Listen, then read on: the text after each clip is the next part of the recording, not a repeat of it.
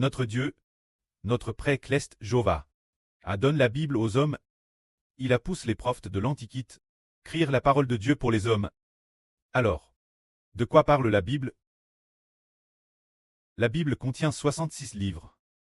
Mais de quoi parle-t-il au juste? On découvre par la suite que la Bible entière tourne autour d'un thème central. Dieu va donner le royaume au bébé de l'Apocalypse. C'est-à-dire que Dieu va reprendre le royaume des mains de Satan pour le donner au bébé de l'Apocalypse. C'est tout le sujet de la Bible. La Bible entière raconte que Dieu va reprendre le royaume des mains de Satan pour le donner Dieu et au Fils du Seigneur Jésus-Christ, qui est le bébé de l'Apocalypse. Ainsi, quand ce bébé aura reçu le royaume, le prêtre le lui aura donné. Alors, toute la création de l'univers ne connaîtra plus de malédiction, ni de tristesse. Toute l'humanité recevra la miséricorde de Dieu. Au Eld, toute l'humanité retournera comptement, se convertira et se tournera vers Dieu, se tournera vers le Seigneur. C'est cela. La vraie enseigne par toute la Bible. Toutes les vries tournent autour de Dieu qui va donner le royaume. Ce bébé se développant autour de ce fil conducteur. Au tout début, Dieu a créé l'homme. Après avoir créé l'homme, l'humanité s'éloigne de Dieu. L'humanité s'éloigne de Dieu, et celui qui a fini par diriger l'humanité, c'est l'ennemi de Dieu, le diable qui domine sur les hommes. Cause de la domination de l'ennemi de Dieu, de la domination du diable sur l'humanité. Alors, la terre a été maudite. La mort est apparue pour l'homme, ainsi que le péché. De plus, entre les humains, ils s'entretuent, et entre les animaux, ils s'entretuent aussi. Les humains manquent souvent de nourriture. Et pour les animaux, c'est la même chose. Dieu ne bénit plus la terre, laissant chacun voir que, depuis sa naissance, il vieillit et meurt, connaissant la maladie et de nombreuses souffrances. Une misère indicible. C'est ainsi que Dieu fait que toute l'humanité, chaque individu, fasse l'expérience de cette douleur de la mort et fasse l'expérience d'une vie de labeur avant que, vers la fin, on ne comprenne enfin pour quelle raison l'humanité a si souvent traversé de si grandes souffrances. Devoir faire tant d'efforts et suer pour avoir de quoi manger. Et pour quelle raison l'homme tombe malade? Pour quelle raison l'homme meurt? Et pour quelle raison il n'y a pas d'amour entre les hommes, mais qu'ils s'entretuent et que les animaux s'entretuent aussi? Quelle en est la raison? Plus tard, la fin du monde, cela sera expliqué. Parce que c'est le diable qui règne sur l'humanité. Et la fin du monde, c'est dire la fin du monde. On découvre que un grand dragon rouge est apparu. Ce grand dragon rouge s'apprête dévorer cet enfant, attaquer cet enfant. Alors, l'archange Michel vient pour protéger cet enfant et frappe le grand dragon rouge. C'est dire, pour quelle raison l'humanité subit-elle de si grandes souffrances? En réalité, c'est le grand dragon rouge. Le grand dragon rouge, 7 têtes et 10 cornes, appelle le diable Satan. Ce grand dragon rouge, qui a RGN sur toute l'humanité, apportant l'humanité, la mort, la tristesse, le PCH, les conflits et les meurtres, tout cela cause de ce diable Satan. Ainsi, dans la Bible, il est prophétisé que le diable régnera sur l'humanité pendant une très longue période, mais le prêtre a prophétisé que la descendance de la femme crasera la tête du diable. La descendance de la femme et la descendance du diable seront ennemis l'une de l'autre, mais la Bible, dans d'autres prophéties, a également prophétisé que la descendance de la femme brisera la descendance du diable. Tout comme on brise le vase d'argile d'un potier, ou bien encore, que ceux qui appartiennent Satan seront traits comme de la paille, ou comme de l'ivraie. BRLS dans le feu, c'est ainsi quoi te prophétise une telle chose. Alors, comment cette prophétie se déroule-t-elle par la suite? Tout d'abord, l'humanité a commencé à se multiplier. Après ce trait multiplie, les anges du ciel ont vu que les femmes de la terre étaient belles et les ont prises pour pouses. Ainsi, avec ces femmes, ils ont commis des actes de pch et on donne naissance des gants. La colère de Dieu s'est en flamme, et le déluge a détruit l'humanité de l'époque, ne laissant que la famille de Noé compose de 8 personnes. Plus tard, les eaux du déluge se sont retirées en feu, et les 8 membres de la famille de Noé se sont nouveau multipliés. Après ce trait multiplie. Ils sont arrivés, au lieu de la tour de Babel, ils ne voulaient pas se disperser selon la volonté de Dieu. Dieu a confondu leur langage. Puis après environ 100 ans et plus, environ une centaine d'années, un homme, Abraham, fut appelé par Dieu.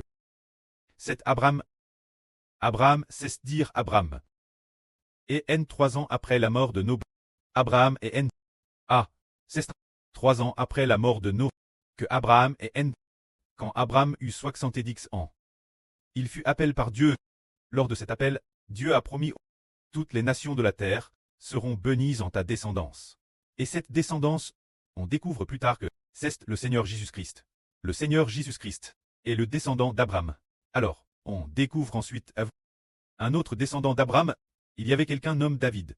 Dieu a aussi dit David, le Rédempteur, que l'avenir quelqu'un s'assirait sur le traîneau de David.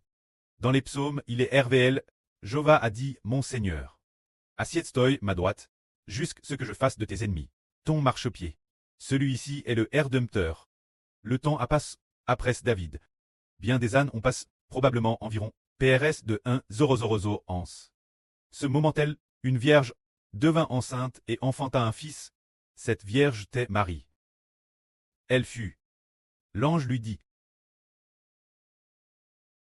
Gabriel lui dit que Marie allait concevoir et enfanter un fils, et ce fils ne serait pas le fils d'un homme, mais le fils de Dieu.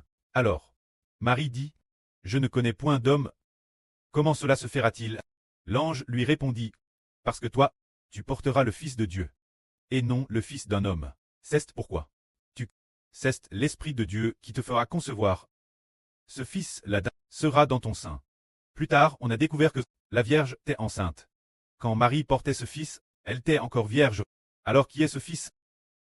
C'est le Seigneur Jésus-Christ. C'est le Seigneur Jésus-Christ. Celui qui avec Dieu a créé toutes choses, le Fils. Ainsi, il est venu au monde en tant qu'homme.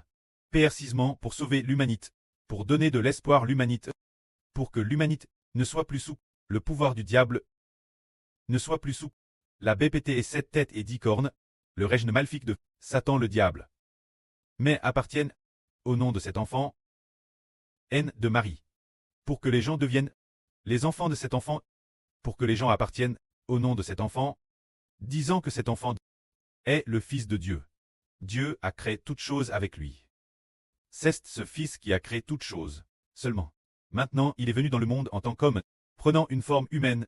Plus tard, ce Fils a grandi jusqu'à l'âge de 30 ans.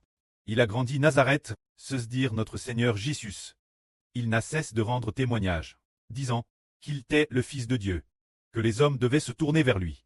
Se tourner vers lui, revient, se tourner vers Dieu. Son miracle de changer l'eau en vin. Le miracle des 5 pains et des 2 poissons. Le miracle des 7 pains et de quelques poissons. Et le miracle d'ouvrir les yeux des aveugles. Le miracle de la résurrection des morts. Le miracle de faire parler les muets. Le miracle de faire entendre les sourds. Et les gens, de leur civir, les boiteux. Le miracle de marcher. Les divers miracles de purification des lépreux. Et aussi le miracle de calmer le vent et la mer.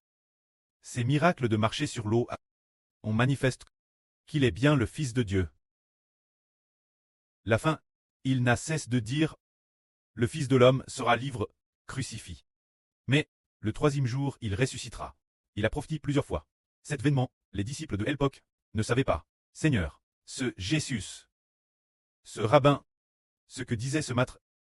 Cette époque, parmi ses disciples, peut-être qu'un seul croyait. Seulement 3 personnes croyaient que cet homme était le Fils de Dieu. Parce que, une autre fois, Pierre a cru, et a dit, tu es le Christ, le Fils de Dieu. Ensuite, une fois, le Seigneur s'est transfiguré. Après cette transfiguration, cette fois il a emmené Pierre, Jean et Jacques, 3 personnes étaient avec lui. Alors, ces 3 personnes ont vu le Seigneur se transfigurer, brillant d'une lumière éclatante. Alors, ces 3 personnes ont compris que Jésus était vraiment le Fils de Dieu. Mais plus tard, le Seigneur Jésus a bien été crucifié et est ressuscité des morts, après sa résurrection. Cela a été révélé au monde entier. Le Seigneur est apparu. Ceux qui l'aimaient, tous ceux qui l'aimaient, ont compris que Jésus est notre Seigneur, que nous devons nous tourner vers lui. Si on ne se tourne pas vers lui, cela revient, se tourner vers Satan. ne pas se tourner vers lui, c'est se placer sous le pouvoir de Satan. Ainsi, un petit groupe de personnes du monde des ténèbres a pu se tourner vers le Seigneur Jésus de lumière.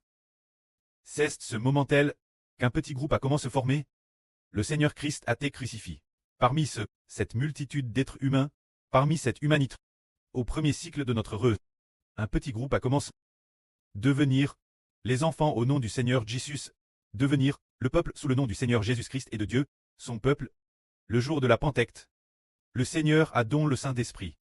Ce groupe de personnes, ce jour-là, d'abord environ 120 personnes, ont reçu le Saint-Esprit, juste après.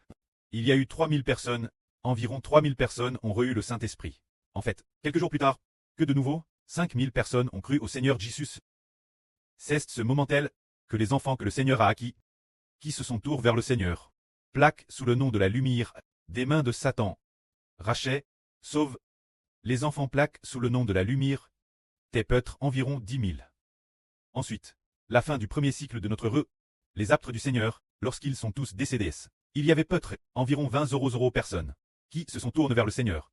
Finalement, l'évangile a été altéré par le diable, mais cela faisait aussi partie de la volonté de Dieu. Bien que l'évangile est altéré et le Seigneur Christ déforme, mais concernant le ministre de Dieu, concernant le Seigneur Jésus-Christ et sa crucifixion, la rumeur a continué de se propager. Mais il y avait aussi des personnes qui connaissaient Jésus et croyaient en Jésus, plutôt que de croire en une religion. Ainsi, croire en Jésus-Christ et croire au christianisme se sont confondus, et certaines personnes croyaient au christianisme, tandis que d'autres croyaient en Jésus. Il y avait du vrai et du faux. Certaines vies étaient de l'ivraie. D'autres étaient du bel, langue au sein de toute la religion, et aussi langues dans le monde. Puis la fin. La fin du monde, celui qui est appelé le Fils de Dieu et du Seigneur. Ce Fils est apparu pour séparer le biel de l'ivraie.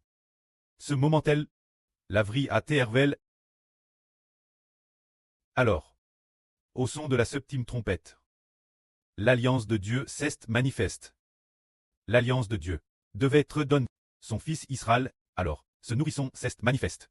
RVL au monde entier. Toutes les nations et tous les peuples sont revenus, ainsi, ce que toute la Bible raconte, c'est que, bien que le Seigneur soit venu dans le monde en tant qu'homme, pour apporter la rédemption, mais au bout du compte, finalement, ceux qui l'arrachaient sont tous remis ce Fils. Et ce Fils, le frère Ashbert, doit aussi donner sa vie pour toute l'humanité. Alors, toute l'humanité a compris. En fait, Ashbert et le prêtre des Ashbert, le Seigneur et le Fils du Seigneur, ont tous deux donné leur vie. Pour sauver toute l'humanité, nous devons donc nous tourner vers le Seigneur. Et nous devons aussi nous tourner vers le Fils du Seigneur. Car le prêtre et le Seigneur ont créé toutes choses, ont tout créé justement pour les donner ce Fils. Le prêtre et le Seigneur ont mis l'esprit du prêtre et du Seigneur, tout entier dans ce Fils. Pour que ce Fils soit notre berger, se tourner vers ce Fils, revient se tourner vers Dieu.